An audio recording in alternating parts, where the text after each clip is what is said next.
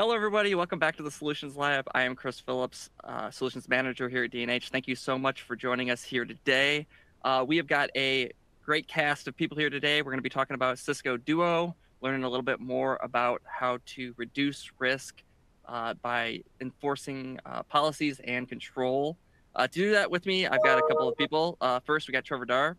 He is the Business Development Manager for Cisco DUO. Trevor, how's it going? Hey, it's going great. Yeah, I appreciate that, Chris. So I cover, so as Chris mentioned, I'm BDM covering all of distribution practice for Duo Security. And I also brought along BJ Yost, who is one of our security engineers that is going to help us walk through a couple of the slides and then jump into a quick demo. So I'll pass along to BJ, and as BJ presents, he and I will go back and forth across a couple of different slides. Real quick, we want to also introduce Colleen here. Colleen's joining us once again. Colleen, I'll throw more shade at Josh. It's nice to meet you. It's really nice to meet you. That's a callback, people. It's a callback. Real quick, before we get into the presentation, Trevor and BJ, I did want to mention a couple things to those who are watching. We do have some resources that are available to you guys. I'm going to highlight that for you right now. They have there are things like Cisco-driven information, Cisco Duo links. These are all things that you can view at your leisure, or they're available after the broadcast if you need notes or what have you. We will be taking questions throughout this entire broadcast. If you have any questions at all about anything you're seeing, ask questions. We want this to be as interactive as possible. So your questions will help drive the conversation and kind of keep this presentation kind of rolling forward. And we will be doing poll questions throughout the broadcast. Those will pop up. Take a moment to answer those questions. Again, that's another great way to interact with this training and make sure you're getting your thoughts and questions across. With that, Trevor, I will hand it over to you and BJ. Great. Thank you so much. I'm going to start sharing here. Overview. Okay. Are we good? Can we see the presentation? Yep, we got you. Gotcha. Awesome. So this is a little primer on Duo Security. Got some slideware we're going to go through, and then we will get into a little bit of demo time so you can see the admin panel, and I'll kind of talk about policy creation in Duo. And if there is any questions, please feel free to shout them out. So the big thing with Duo is we really are focusing on establishing user trust with MFA. So how are we going to do that? And delivering zero trust for users into workforce. So we want to verify the identity of the users. Just because they have a username and a password, that's not going to be sufficient for us. That's where the multi-factor authentication comes in. And those who aren't familiar with multi-factor authentication, it's using different types of factors for authentication. So what's a factor? There's knowledge factors. That's something you know. So that's going to be your password. And then there is a possession factor, something you have. So that could be your mobile phone that you get a Duo push to, or it could be a WebAuthn security key, like a YubiKey, for example.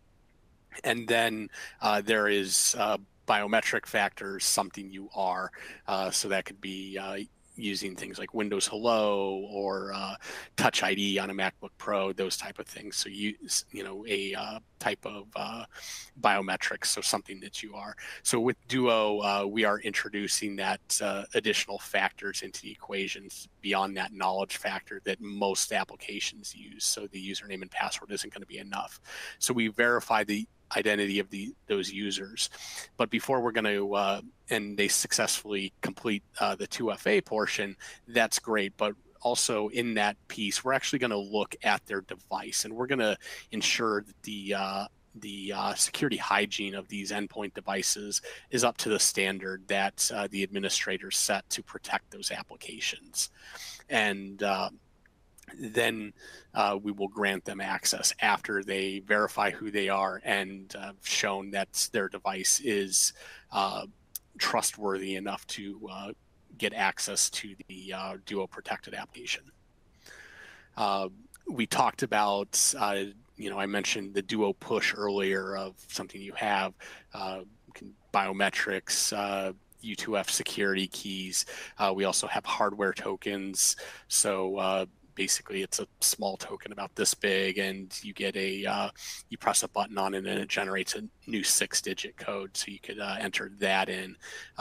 Apple Watch is supported, phone call, and SMS. So a number of different authentication options for your end users. And once again, these are all customizable by the administrator. They can choose which options they want to allow. So they could disallow SMS and phone calls, for example, because those are actually deprecated by NIST standards. So if your customer or potential client uses NIST frameworks as kind of a guideline for setting their policies, they would want to make sure that they disallow the use of those telephony type options.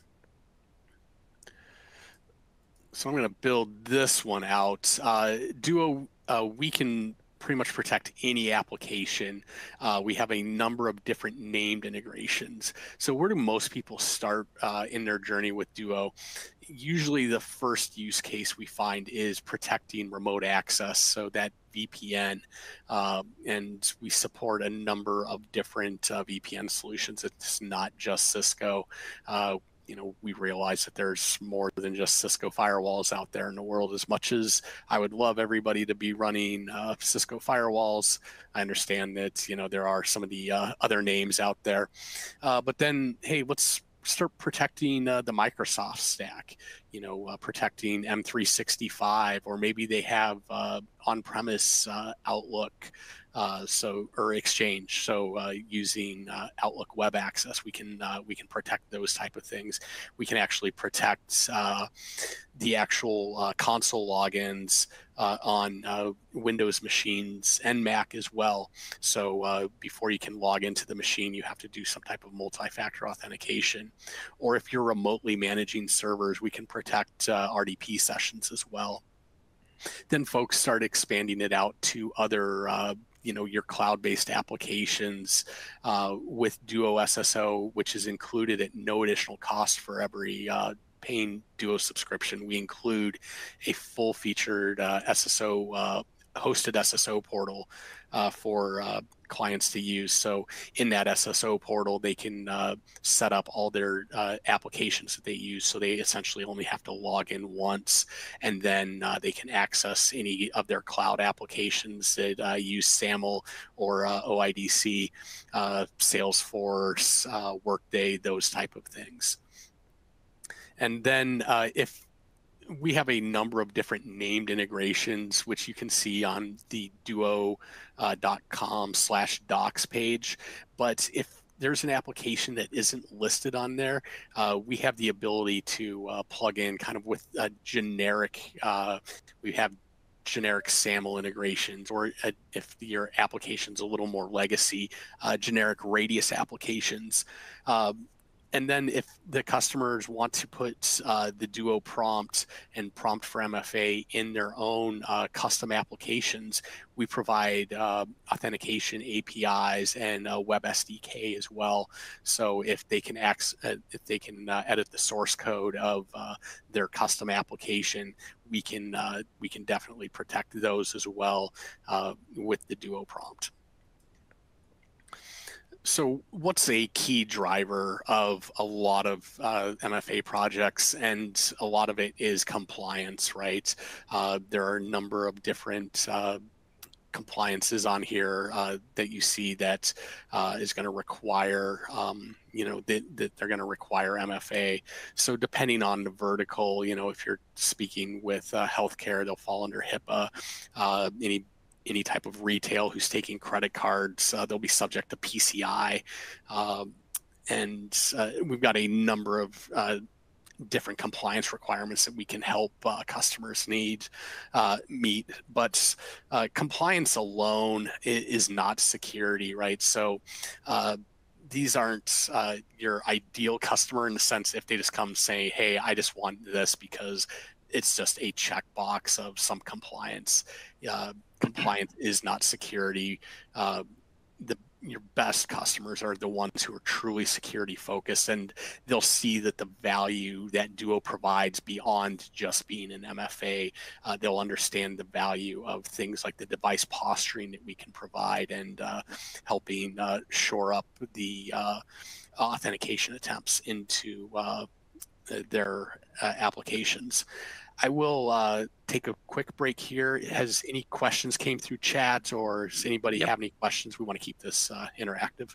Yeah, I was gonna interrupt you, so I'm glad you came in, BJ. Todd wanted to know, I think this was relevant to the last slide. Can you protect Azure WVD desktops? That I would think so. I'd have to check that one. I don't know off the top of my head.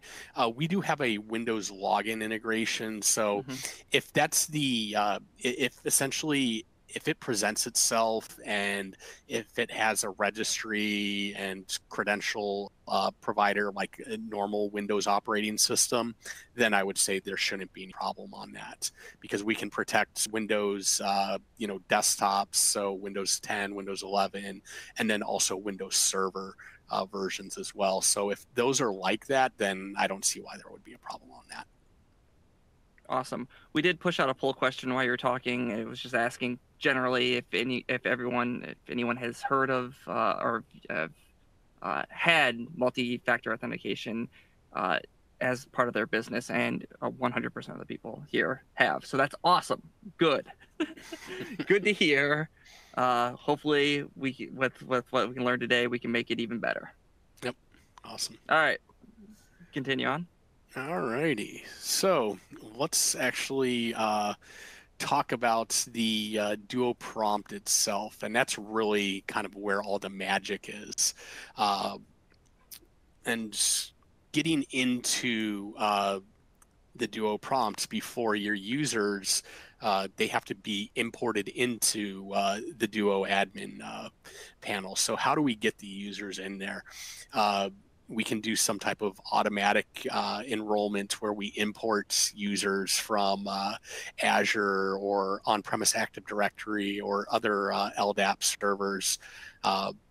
And those users would be automatically imported into Duo, and then emails could be sent out to those users of, hey, you've been enrolled in Duo.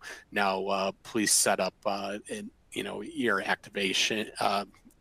Activate Duo, so download the Duo mobile app and sync your phone to that, and there's a walkthrough. That email provides them the information on how to do all of that, and it's a very easy process for the users. Then we also have self-enrollment options. So in an ideal world, the admins aren't just going to roll this out to their end user population without any type of communication. Hopefully there will be some communication ahead of time. But we've seen where people have rolled out Duo, say, over the weekend, and then somebody tries to hit the VPN Monday morning before they're granted access. So they will be prompted to enroll into Duo, and that's a self-enrollment thing where that happens in line. They don't have to worry about getting an email or anything like that, and that's a very easy process for end users as well. And these choices, it's all up to the admins. They don't have to allow self-enrollment. They could disallow that option if they wanted to be more in control of the enrollment, or do phase type of enrollments. That's totally possible as well. Then also they could import users manually through an API, or one at a time if they want, or through a CSV file as well. So there's a number of different enrollment options to get your end users into the Duo system. So this is a little slide that kind of talks about the self-enrollment, and basically they will select, they're leveraging their own device. So they'll download the Duo app and enter their phone number, and then then when they have that Duo mobile app installed, they'll scan that QR code, and the scanning the QR code within the Duo mobile app essentially creates a key pair. The private key stays on the device, and then the public key is then transmitted up to the Duo service in the cloud, and that's essentially how that phone is then tied to that specific user. And self-enrollment, a good thing, reduces just overhead for the IT staff. So a lot of orgs do take advantage of that, but some choose not to do that as well. So it's really up to them on how they want to do. BJ, Todd asked, is there a communication plan available that can be white labeled for our clients to make deployment simpler? So there's if you just Google search Duo Liftoff Guide, that is an excellent resource. It's a PDF that's, I want to say it's like 30 or 40 pages, but it talks about different enrollment strategies. And then that also gives pointers to user communication and things like that. But there's also guide.duo.com, and that's an end user guide that kind of walks them, that'll talk them through every single piece of the Duo experience. One thing I've really found that was novel with Duo was the documentation and what's available for customers is really some of the best I've seen. I've been in the information security space for a while, and some vendors, you don't even see their docs. They're all hidden kind of behind paywalls and stuff like that. All Duo documentation is just out there, no usernames or passwords or paywalls to hide behind or anything like that, because one of the core tenets of Duo when we first started was to democratize security, right? So we want security to be in the hands of the smallest organization, and not just be, the high enterprise organizations that, can have good security, right? We want to put the security into the smallest shops possible. And the way to really show that and show the ease of use for Duo is just really putting all that documentation out there publicly, not hiding anything like that. So that's really a core tenet of Duo. Awesome. We will try and make sure we get those resources into the resources section for those of you who are on demand. It's already there. If you're watching this live, when the on-demand notice goes out, we'll make sure we have those resources for you. Yeah, and when I get in the demo, I can show those. Cool. I'll pull those up, and and I'll make sure I call out specifically the URLs. The liftoff guide, I don't have I don't know. I just got to do a little Google foo on that, and we'll get fine. There. Okay, now I'm going to drive these next slides, but I'm going to let Trevor talk on these. So we're kind of talking about some current topics, and the first one's really going to be cyber liability insurance. So if you want to take it from here, Trevor. Yeah, so I know over the past couple of years with certain circumstances, we've had a huge uptick in cyber liability conversations, and so the great thing that we're going to talk about later on is Duo. We have 3 editions. We have Duo MFA, Duo Access, and Duo Beyond, which, again, we'll speak to later. With cyber liability insurance, a majority of them require an MFA to be in place. So if our end customers decide that they need an MFA just to check the box, we have that. If they decide that they need MFA, but they also would like to explore other options that they have, so that way they can see device hygiene and what have you, we have those additional options as well. So again, cyber liability has been huge for us, and we've really been able to team up with a couple of partners to make sure that all of our end customers are protected and they are able to meet those insurance requirements. Okay, ready for next slide? Yeah.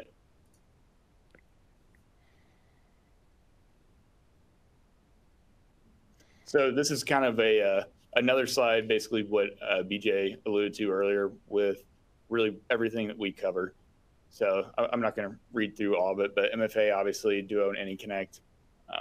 And then this also goes through a bunch of the other Cisco options that we work with the teams closely with to make sure that the end customer is secured the way that they need to be, and that we kind of quarterback that conversation. Okay. So this is kind of an eye chart on this one, but BJ, I'll pass it over. Yeah, no problem. So, basically the point on this slide is really any all of these requirements that the insurers are putting out there to get the cyber liability insurance. Cisco Secure has a answer for a majority of those, but there are some things that we really don't play in, backup and recovery and vendor management. So we lead that up to our partners to provide solutions in those areas that we don't play in. And the next thing, Trevor, is the FTC safeguards rule. Yeah, perfect. Thanks for summing that up better than I did. So BJ, if you want to build this out, so yeah. Initial law, you can read, but the biggest takeaway from this slide is that the FTC safeguard was actually pushed back from, I believe, what was December 9th to June 6th for the requirements. And so there's still a market out there for those. And then back to what BJ just alluded to, how to stay compliant. We can work with you on what offers Duo has, and then what we can do on the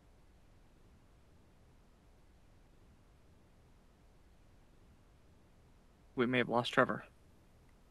Yeah. Okay. Well, I'll here. There we go. We got you back. Oh, nope. Why don't you go ahead and take over, BJ? Yeah, no problem. So really what's happening is with this safeguards rule is we're looking there's new requirements, and they've expanded out what is considered financial institutions. So normally when you think financial institution, you're going to think like bank, credit union, and things like that. But that has actually gone beyond that. And so what's happening, so the next slide actually after this is, you see their definition of what a financial institution is. But this is going to encompass more than just, your banks and credit unions that you're probably thinking of. And this, and the rule is expanded to include these other non-financial institutions, but are dealing with people's information.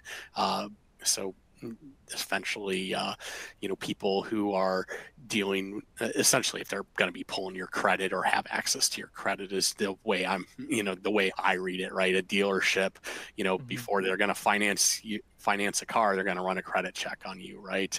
You want to get a student loan, obviously it's going to be some financial checks on the back there, and mortgage lenders, payday loans, all of those type of things. So we've got a pretty substantial list of orgs that this will be falling to. So this is really all we have for slideware. So what I want to get into now is actually the fun stuff, which is demos. So before I get into the demos, what questions is there any in the chat, or Zen did ask a question a while ago, and just curious, did Cisco buy Duo? How did Cisco how did Duo come about within Cisco? Yeah. So Cisco purchased Duo in 2018, I believe. I was post-acquisition, so I hear the stories of what it was like in the old days, right? When they were their own company. But Duo itself, their genesis, founded in Ann Arbor, Michigan. Go Blue. Yeah, by a couple UMich grads, and these were one of them, Doug Song. He was he worked he worked for Arbor Networks.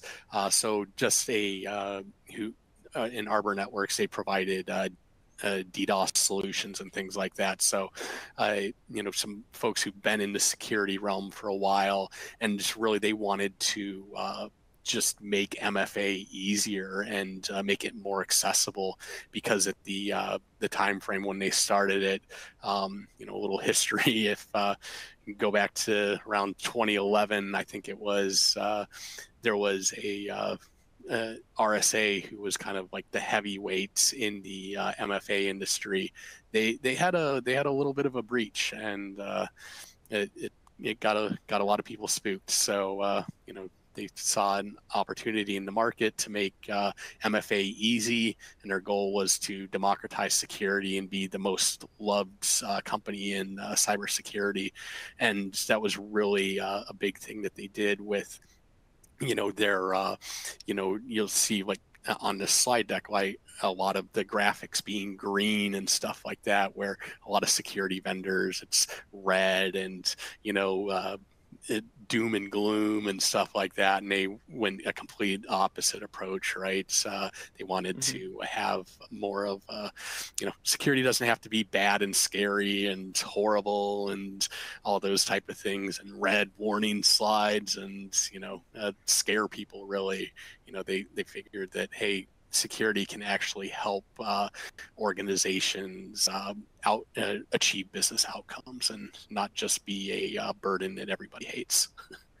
I got the other go ahead, Trevor. Yeah, can y'all hear me now? Yes, yep. We got you. Okay, sorry, I was trying to connect to a device, and all of a sudden it decided to try to connect and start kicking me on mute. What I was going to say is, I think it also really helps Cisco to kind of round out their zero trust model whenever they purchase Duo. So that's been a big talk track for us. So you're seeing my web browser, correct? Correct. Okay, cool. Just want to make sure I didn't lose anything when I switched over from PowerPoint. So this is guide.duo.com. So this is the end user guide, as it says, guide for end users who are already deployed Duo if your organization. So this is a very lengthy guide on talking about just what the prompt is, adding devices, using other things, Duo Mobile, and then different types of authenticators and all that. So that's a pretty lengthy guide, but it's definitely something that will be helpful for orgs who do deploy Duo to share this with their end user populace. Now, Duo. The other thing I mentioned is the Duo liftoff guide earlier. Here we go. Click here. And click here to read and download. So I'm not going to expect everybody to remember that direct link. So if you just Googled Duo liftoff guide, and that was the There will be link. a test at the end of this webcast. Everyone, yeah, take exactly. But yeah, so it's just what it says it is, Guide to Duo Deployment Best Practices. So this is a guide that you definitely want to share with your IT staff, or the IT staffs of orgs who are looking to even do a Duo trial. And that's the other thing too, is you'll see it plastered all over our sites. Let's get to actual duo.com. Here's another good one, duo.com/docs. As I mentioned earlier, here's all of these named integrations, but plastered all over our site is free trial. So that goes to signup.duo.com. Basically, when you do that, you can sign up for the trial. You will get a 30-day trial of the Access Edition, which is kind of that middle tier. Trevor mentioned editions. If you want to see a nice matrix on that, duo.com/pricing is a wonderful thing. And it will talk about the different editions. MFA is that lowest tier. Access is kind of the sweet spot. That's where you're going to get a lot of that device trust functionality and things like that. And then our highest tier is Duo Beyond. Duo Beyond takes the device posturing a step further and allows you to differentiate between a corporate managed device and a BYOD device. So integrate with an MDM solution. So if you've got Microsoft Intune or Mobile Iron or AirWatch or one of those solutions, you can integrate with that to differentiate between a corporate managed device and somebody's personal device. So you could set different policies based on that, and we'll kind of talk about that in the actual demo. So let's get into demo time before I ramble on and show you all kinds of links. So we'll log into the demo environment, and I will get a Duo push here. Real quick, Todd asked, you were just talking about integrating with MDM. Does it integrate with the Meraki MDM as well? Yes, Meraki Systems Manager. Yes, it does. Okay. And you can actually see that on Trusted Endpoints. So we have a number of different management tools. So if that's a Mac shop, you got Jamf there. And then we can also integrate with Cisco Secure Endpoint. I'll talk about that when we do policies. So let's actually get into the policies. And the key thing with Duo is understanding the policy stack. So you have a global policy. So that's going to apply to all users, all applications by default. Then you have custom policies, which can be applied to an application.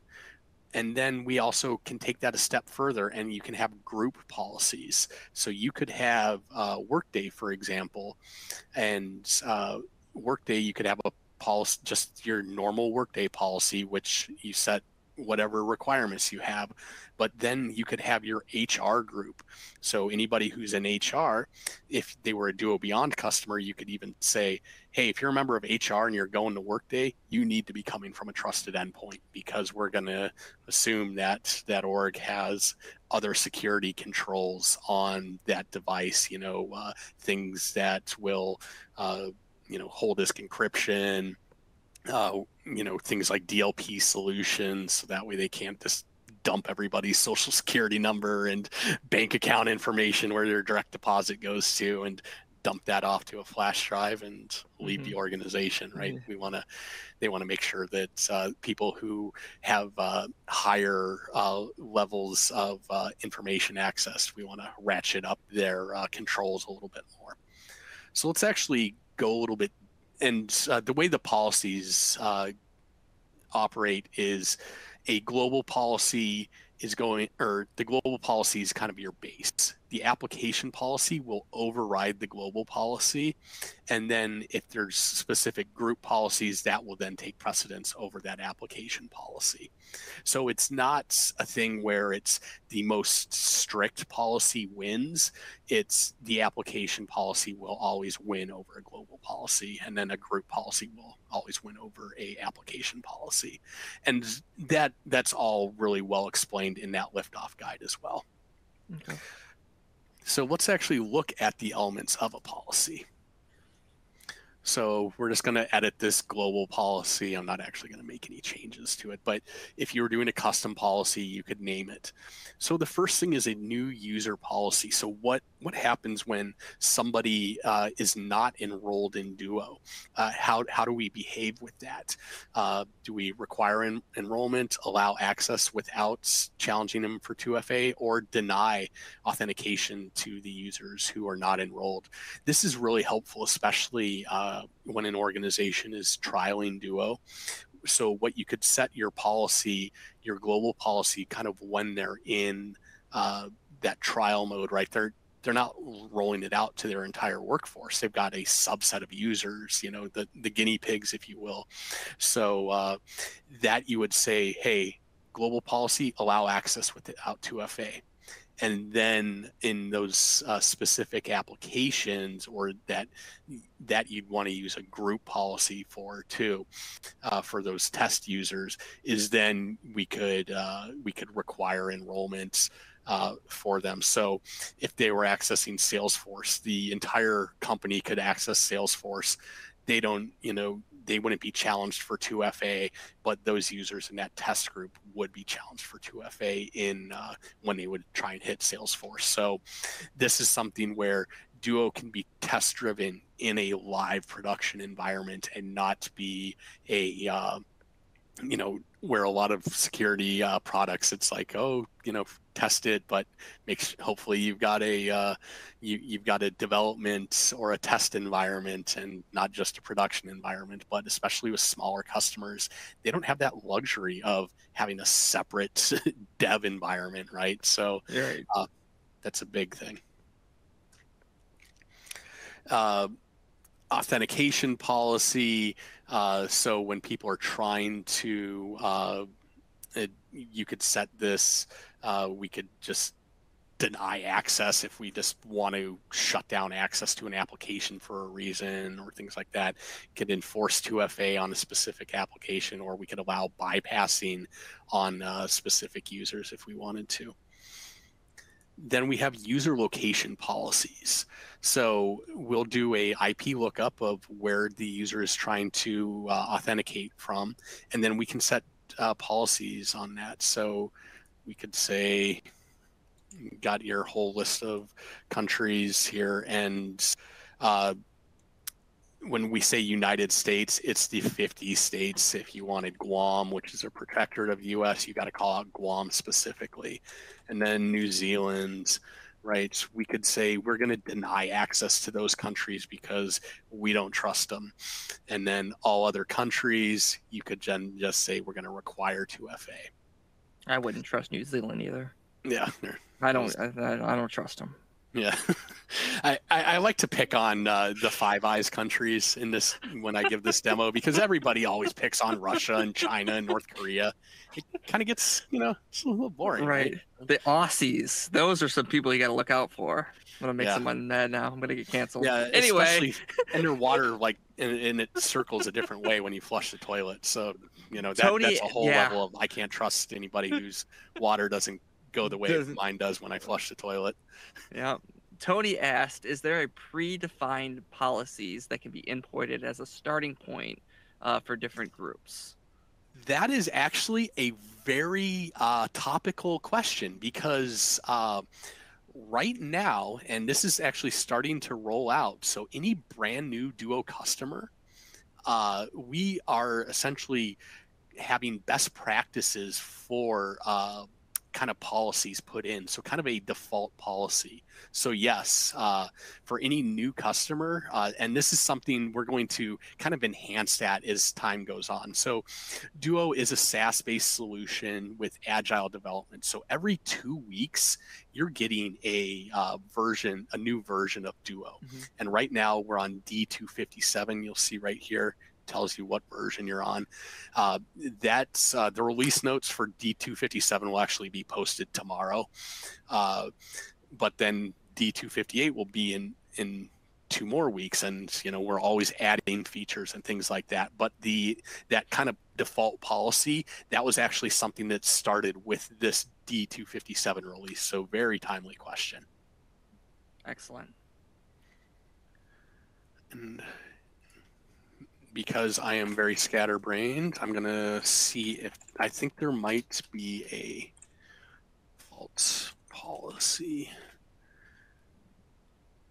While you're looking at that, Todd asked another question. How does this is the region-based approve deny? How does that work when we have always-on VPNs that show pop up an IP addresses in a different location?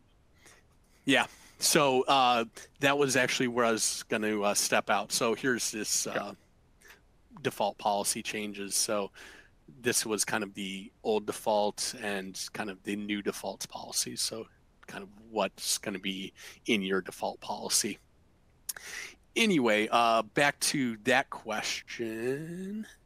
That's actually usually where I jump out of the normal flow, and that's where we get into anonymous networks.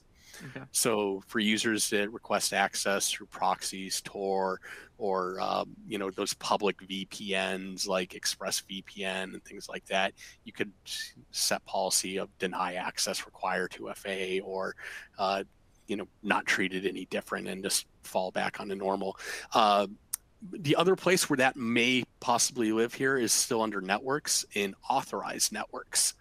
So this is, you could say, we will allow access without 2FA from these specific publicly facing. So if you know your that IP space of where those always on VPN will come from, you could always say, hey, we'll allow without 2FA from those networks, or we could require 2FA from specific networks as well. So that's another way you could do it. And then if you really want to lock it down, you could deny access from all other networks.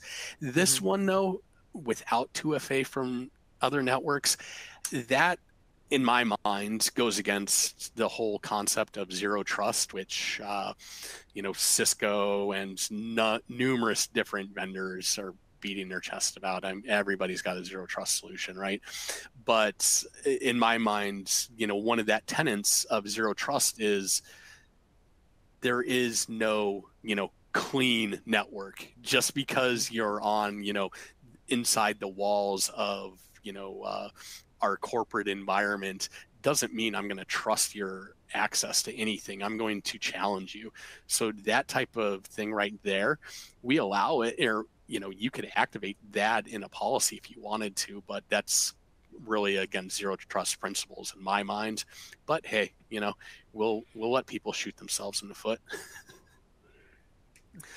So getting back to kind of the normal flow, hopefully that helped answer the question about the VPNs and the like. Let's get into talk about the devices. And trusted endpoints, as I said, is a feature of Duo Beyond. So endpoint that exists in the management systems such as your EAM or MDM solution. And so you could set a policy of, hey, I'll allow all endpoints. So I don't care if it's trusted or not. It could be a BYOD device, or it could be corporate managed, or you could require endpoints to be trusted. So earlier I talked about a policy for Workday, right? And you could say members of the HR group, in their policy, you would definitely say, hey, require endpoints to be trusted if you're a member of HR and you're accessing Workday, because we want, your level of visibility into Workday is a lot more than mine as the individual contributor. All I see in Workday is my information. I already know all that, so who cares? But somebody in HR, yeah, they can probably see everybody's.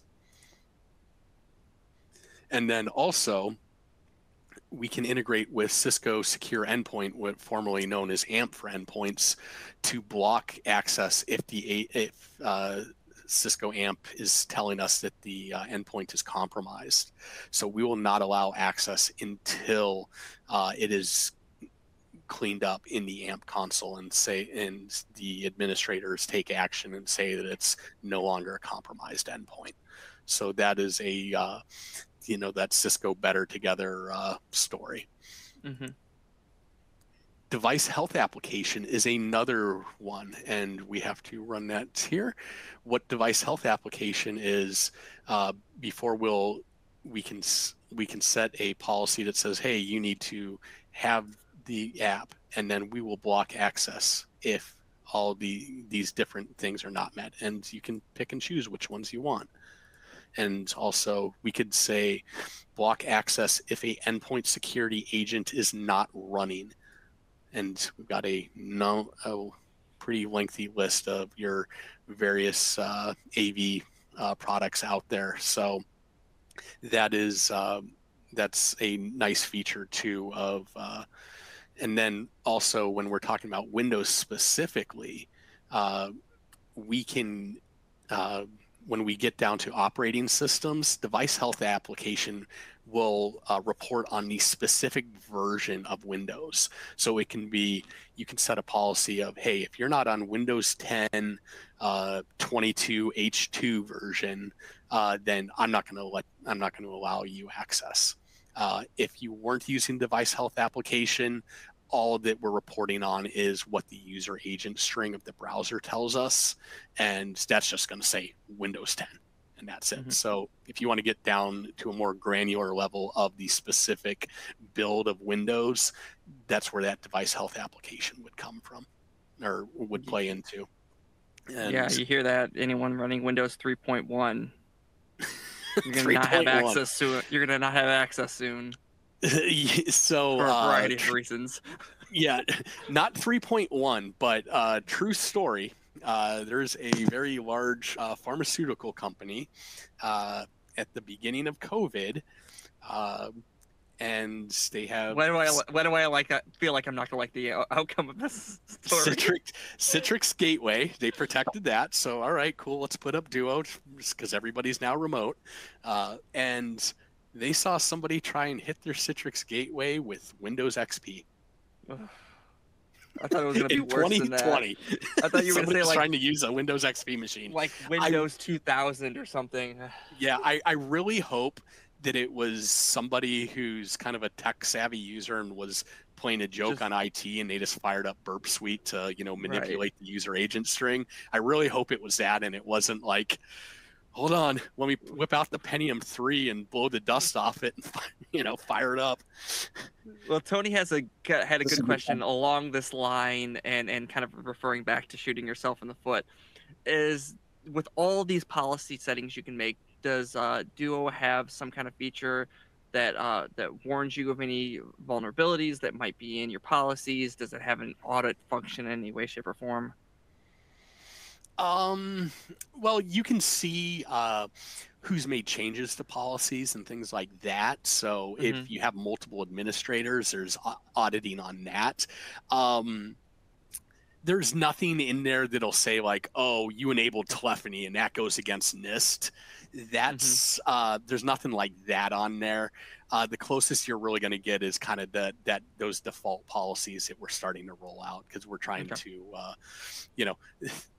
as we get a little deeper, especially when I show operating systems, you'll have a laugh of a few of the choices that are in there, and the new default policies will block those out, and I'll specifically call out those pieces. And I don't want to steal the thunder on that, because there's some good laughs in that one.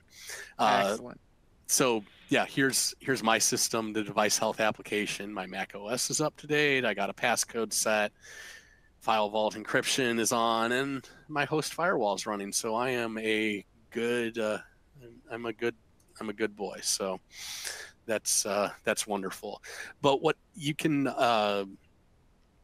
so you could just deny access if folks aren't up to that standard, and you choose what you want to do there.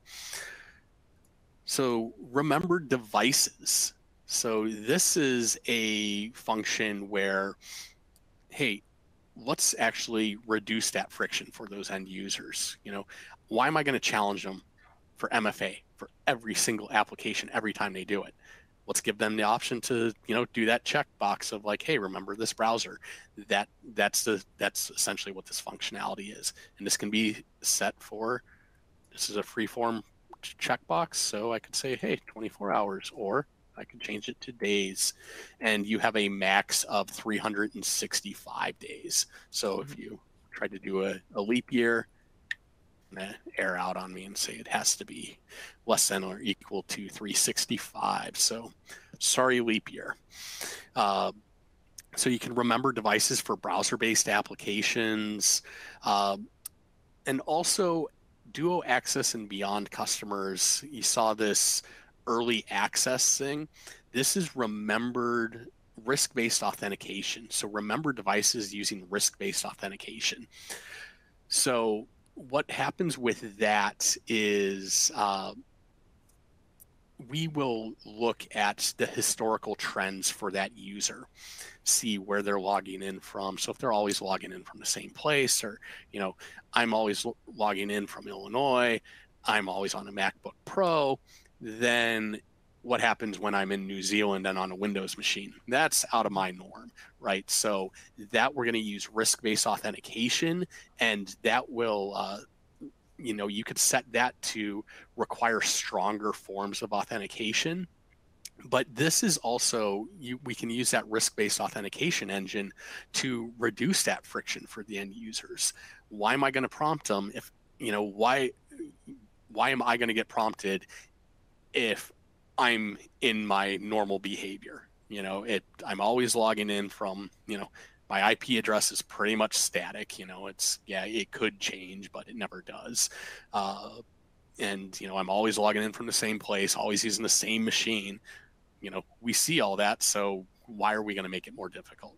But this is something they can turn on. If your more risk adverse organizations probably wouldn't check this, but the people who want to have their users have a better experience, they'll turn that on, and it's all up to the users, or the end users. So what's doing that as well. We also have remembered devices for Windows login as well. So this is, so I log into my Windows machine, and then I need, and then I just walk away because, hey, I haven't had anything to do for about 10 minutes. Screensaver kicks on. Normally, without that, you'd have to 2FA again into your machine trying to log in. This will allow you to not have to do 2FA unless the users sign out, reboot, or change networks. That's where that session handling would change. Okay. So operating systems, we can specify what the operating systems we want to allow. So we can say, we'll allow Android devices, and we can also encourage users to update. So they'll get a warning in the Duo prompt saying, hey, your browsers or your operating system, and we can also do this with browsers as well, is out of date. You need to encourage it, and this is also, you can have a static version of an operating system, or you can use these dynamically updated by Duo ones. And I recommend most people do the dynamically updated because we're actually really quick about this. Like I've gotten things where I'm like, oh, I guess there's an update available. I was unaware of that, and Duo was the first to really tell me that. So you could say, hey, if they are less than the latest, or if they're not on up to date or end of life versions, so 9.0 and below for Android. So you could encourage them to update, and then here, let's go up to the dynamic because that works better. And then if it becomes out of date or end of life, encourage them to update immediately, or we could say after 14 days or 30 days or 60, 90, whatever, choose those. So in this, if a version becomes out of date, days 1 through 14, no message to update is shown. After 14 days, they'll see that message in the Duo prompt saying, hey, you need to update. Then that's just, telling users to update, just giving them a warning. This is where we say, nope, blocking them. You cannot access this unless you update your operating system. This you want to do end of life normally, and you can, when do you want to block them? You could block immediately and the same type of thing, or give them 14 days grace period. So here's what I talked about. We'll have laughs about different operating systems. Who remembers the BlackBerry? Mm-hmm. That is now that's going to be one of the default security policies. We're not going to allow BlackBerry. You're going to make all 2 BlackBerry users so sad. Yeah, no. Somebody out there is clutching their BlackBerry Pearl and is very upset about it. Yes. Me, I love my BlackBerry. The BlackBerry Pearl was a great phone, man. I love that thing. See, with Colleen, I can't tell if she's joking or not now. Now I'm actually worried. Yeah, that thing was great. And then, then Steve Jobs had to come out with the iPhone and pretty much kill BlackBerry. Mess everything else up. Yeah. Never seen a company die on stage like that before, but whew. Yeah, so here is Windows where I called out the specific build versions. So Windows 11, 22H2, or if not up to date, end of life. And those type of things, we're actually calling that out. You need the device health application to get that granular on those, because otherwise it'll just fall back to just Windows 10, Windows 11, and end of life enforced only on Windows 8 and older versions. And Windows 8.1 just officially went end of support by Microsoft, so we're going to be marking that as an end of life operating system as well. And then your blocks, Windows Phone, that's the other one. So for the two users out there who've got the Windows Phone, we can block them if we want. Yeah. Browsers now.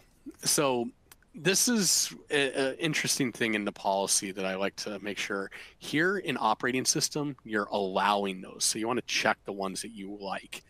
Browsers, you're blocking these. I don't know why that design choice was made, but it is what it is. So you can say, I'm always going to block Internet Explorer. But hey, you know what? We'll keep Edge because that's the modern one. So you can choose the browsers you want to block. And then also you got that warn the users if the browser's out of date and block them if it's more than, how much out of date. Then we have your browser plugins. Flash is finally dead. So you're either going to allow it or block it. Hopefully you're blocking it.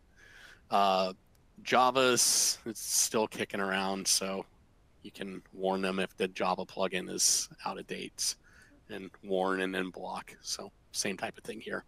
Mm-hmm.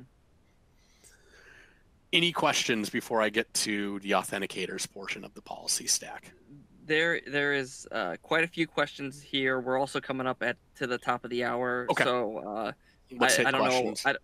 I don't know if what your time constraints are looking like, BJ. But I can keep going. But let's get the questions for the people who are under a time constraint. Okay. So the main question I see a number of questions, and maybe Trevor's going to be the person to ask this, is pricing information. Where can the customers that are online hear? Whoa, he's dialing in on Windows 3.1. Where can the customers that are on the call here go to get pricing information? I don't know if it's Todd, Colleen, whoever. Well, I can do that. I can definitely respond to that. Any partners that are interested in pricing can definitely reach out to us at Cisco support at dnh.com, and we can assist them with that. The MSP offerings, we can. I don't believe that we're working on onboarding that offering, but the direct VAR pricing we can assist with. Couple questions. Does Duo integrate with Meraki Windows VPN, and Cisco AnyConnect? I believe the answer to that is yes. Yes, it is. Yes, they do. Because we use that. We actually that's how we use Duo here at DNH. So, yeah, sorry, I responded back directly, so it didn't come through, but I sent I hyperlinked a couple of those answers. Awesome. Then we'll keep rolling. If anyone that is on the call right now has a hard out at 3 but wants to hear the rest of this, it will be available on demand. You'll get an email. It'll go out later, and you can kind of catch up on the end. But as long as you got a couple more minutes, let's kind of finish up here, BJ. Yeah, no problem. So in the last piece in policies is authenticators. As I mentioned earlier, risk-based authentication is in early access, so it's a public preview. Any paying Duo customer can use this. And we can limit the available authentication methods based on that type of risk to only passcodes and tokens, roaming and platform authenticators. So a roaming authenticator would be your YubiKey, a YubiKey, for example, or a platform authenticator is Touch ID, on a MacBook Pro, for example. And then there's verified push. Verified push is essentially number matching. So before you can accept the push, you will see on your machine, actually, let's just demo.duo.com. These are all kind of end user facing demos. You don't have to have username or password to do these, but here's the verified push demo. Fire it up. So the user is, here is their MacBook Pro, and they are logging in. It's Lee at acme.com, username, password, okay. So they do that primary auth. That was fine. Now, hey, you got to enter this code into Duo Mobile to continue. So they will enter 148893, and they will verify. And now they're in.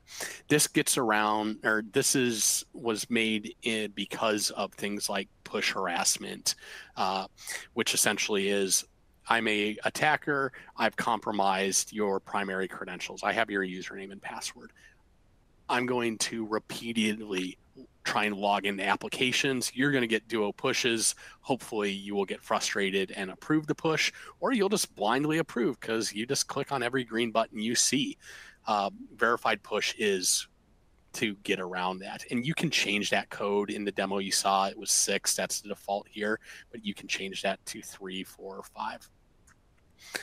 Here is your choice of authenticators you allow in your policy. So phone callback, SMS passcodes, I said have been deprecated by NIST.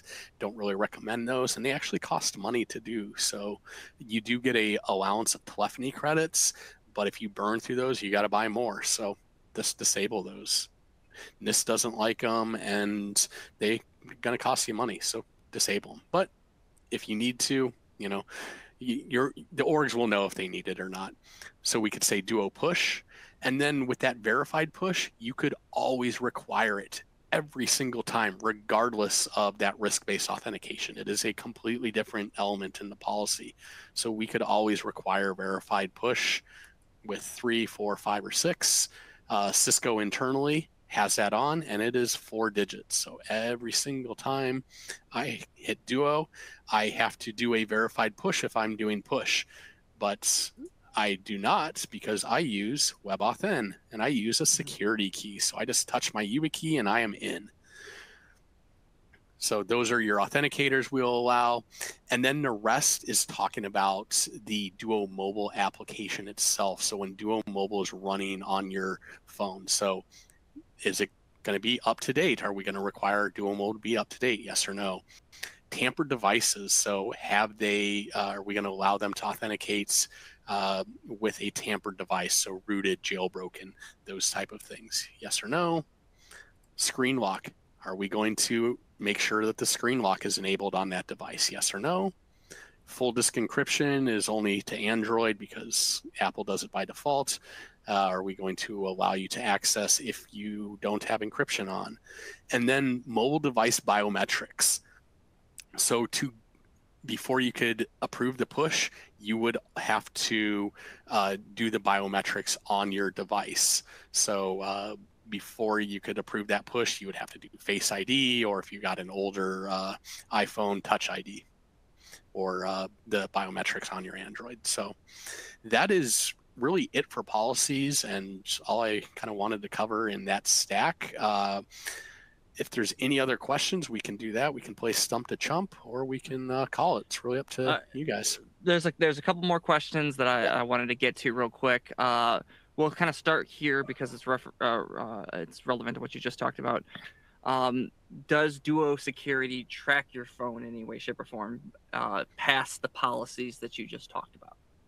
No. So that's actually a really good question, and that's a big thing for users, the IT staff, to educate the users on. It's not like MDM, right? It's not going to remote wipe the phone. We don't have that capability. There's no, a lot of the Big Brother type functionality you'll see in MDM solutions. We leave that to them. We don't do that. We can't we can't do containerization on the phone or anything like that you would do with an MDM. So no, there's not that. And the other thing too with Duo Mobile is you can actually use it to protect other applications that aren't even tied to your company, right? When you go to add an application in Duo Mobile, there's a list of a number of different third parties. So you could protect your Twitter, you could protect Facebook, you could protect your Amazon account. So anytime somebody tries to log into my Amazon, go for it. I don't care if you got my username or password, you're going to get prompted with that. You need to enter the 6-digit code that my Duo Mobile generates. So that's a way for users just to level up their own security. And basically anything that supports any type of authenticator where they'll say, oh, use Google Authenticator or any of those, and they give you that QR code, you scan that with Duo Mobile. So even if it's not one that's named, like my PayPal, for instance, I have that protected with Duo, but that's not a named integration within the Duo Mobile app. It was just a custom application, and I just scan the QR code and it works. Awesome. If you're done with your presentation, you can go ahead and kill your share screen, so we kind of let everyone else see Colleen, because she's the star of the show, and she hasn't had any airtime whatsoever today. Okay. Todd did have a question regarding how is Cisco ensuring authorization for credentials, since we're seeing user attacks that are falsifying driver certificates now? So Duo doesn't do any type of primary authentication. So you're going to still need some type of user directory store for that primary auth. So that can be on-prem AD, that can be Azure, Okta Universal Directory, any SAML 2.0, identity provider. It could be, Open LDAP, whatever. There's, we need some type of directory to initially point to for that primary auth to happen, because we're not doing any type of primary authentication. So, to answer the question, really, there's nothing we can do to protect against that credential theft from the primary auth. What we're doing is just, okay, maybe your primary auth did get compromised, right? And they compromised your full AD server. That'd be the worst case scenario. Right. But if you had if your users reuse passwords, nobody ever does that, right? But if they, somebody uses, their summer 2023 password for, and they have an exclamation point at the end because it's a strong password. If they use that everywhere, then really we can't do anything about that. But if those primary credentials are compromised, the MFA is going to be kind of that stopgap, so the malicious attacker can't get into the applications. There's a question asking, how is the overhead on the Duo software running on devices? Oh, the device health agent or application, it's only actually invoked at the time of application. So it's not like an agent that's constantly running and sending information back to the Duo cloud. So it's a very lightweight application. It's minimal. It doesn't, it's not like a chunky AV agent or anything like that. Okay. I think there was a ton of questions that came in. Some of them doubled up. I think we got most of them taken care of. I will say, if you had any questions after the fact, if you're watching this on demand and you have any more questions, you can reach out to us. Colleen, what's kind of the best email that they can use to reach out? Cisco support at dnh.com is definitely a good start. And we will definitely be Duo is a great product that we're definitely trying to grow at DNH and at Cisco. So I'm working with Cisco to try and put a lot more of these type of partner trainings and informational sessions together. So definitely see more of them. Yep, and there's something that I did want to mention. In addition to the trainings that we offer through the Driven program, D&H has created a new tool to help transact Cisco. The new Cisco Partner Enablement platform, it's CPE, correct? Has been added to the Cisco Driven site. CPE can allow you to look up your orders in real time, renew, do contact renew information. Excuse me. Had a massive dyslexia moment there for a moment. Even run quotes on deal IDs. If you want to take a look at it, visit dnh.com/driven. That's dnh.com/driven. Take a look at it. It's a kind of another great resource that we have available to you guys. Before we kind of go, Todd, any final thoughts here? Or Trevor, excuse me. I just said Todd, and I blew my complete. Oh my lord! I was wondering if Todd had joined the chat. This is what happens when you let me go after 3 o'clock. I was looking through, going, I don't see a Todd on here, but I'll give him a shot. Aside from the chat, but he asked great questions, so I was nervous to stump me. I feel like Josh now. Continue, Trevor. Anyways, yeah, there was a couple questions I saw in Q&A that I can answer. Is there SIM integration available? Yes, there is. There's a, if you just search the actual article, the KB article is, can logs be exported from Duo to a SIM? And then we have a KB on that, and basically yes. The answer is we can do that, which is using Duo log sync, and then we also have like a connector for Splunk and Rapid7, Insight IDR. So there's a KB that talks about that in pretty detail. Other things I saw. What would make my edit global policy screen look different? I only have 5 items in my left column.